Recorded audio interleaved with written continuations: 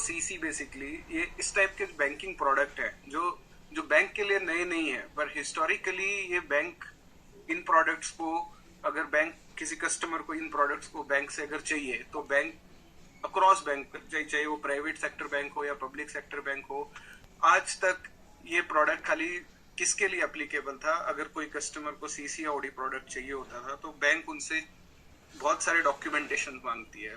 Bank बोलती है कि आप अपना फाइनेंशियल लाइए, बैलेंस शीट लाइए, पीएनएल लाइए, आप अपना कोलेटरल स्टेटमेंट दीजिए, स्टॉक स्टेटमेंट दीजिए, तब जाके हम आपको कैश क्रेडिट या overdraft working capital facility provide करेंगे।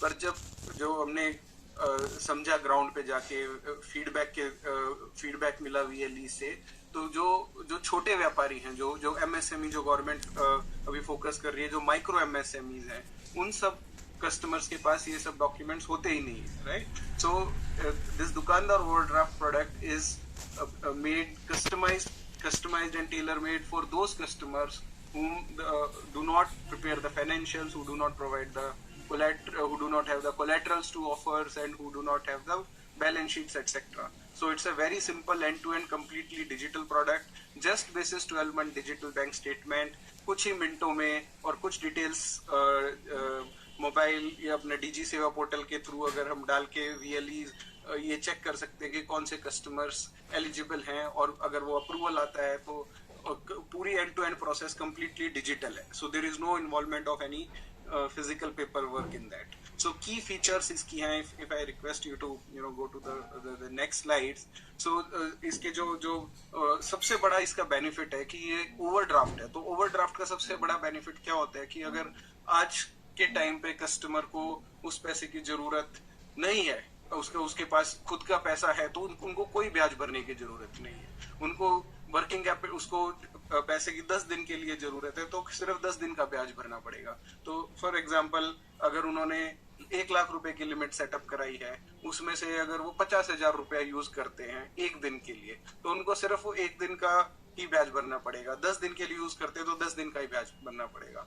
उसके ऊपर स्पेसिफिक जो स्पेशल स्कीम एचडीएफसी बैंक लेके आया है, वो ये लेके आया है कि इसके ऊपर कोई कमिटमेंट चार्ज नहीं है। कि अगर सपोज किसी कस्टमर ने लिया है, फेस्टिव टाइम में यूज किया, फेस्टिव टाइम के बाद यूज नहीं कर रहे हैं, तो बैंक इसके ऊपर कोई चार्जेस नहीं लगाएगा कि हमने आपको 5 लाख रुपए की, 10 लाख रुपए की लिमिट दी है, तो इसको आपको चार्ज करें। तो ऐसी इसमें it's a completely zero commitment charge product. इसके एलिजिबिलिटी क्राइटेरिया बहुत सिंपल है। ये 3 से 4 साल का मिनिमम विंटेज चाहिए कस्टमर का, कि वहाँ पे उसकी जो शॉप है वो 3 से 4 साल मिनिमम पुरानी होनी चाहिए। उनका जो बैंक बैलेंस है वो मिनिमम 10,000 रुपया होना चाहिए, अगर वो 7.5 लाख तक की सुविधा लेना चाहते हैं तो, और मिनिमम बैलेंस 15,000 होना चाहिए for a 10 lakh rupees facility.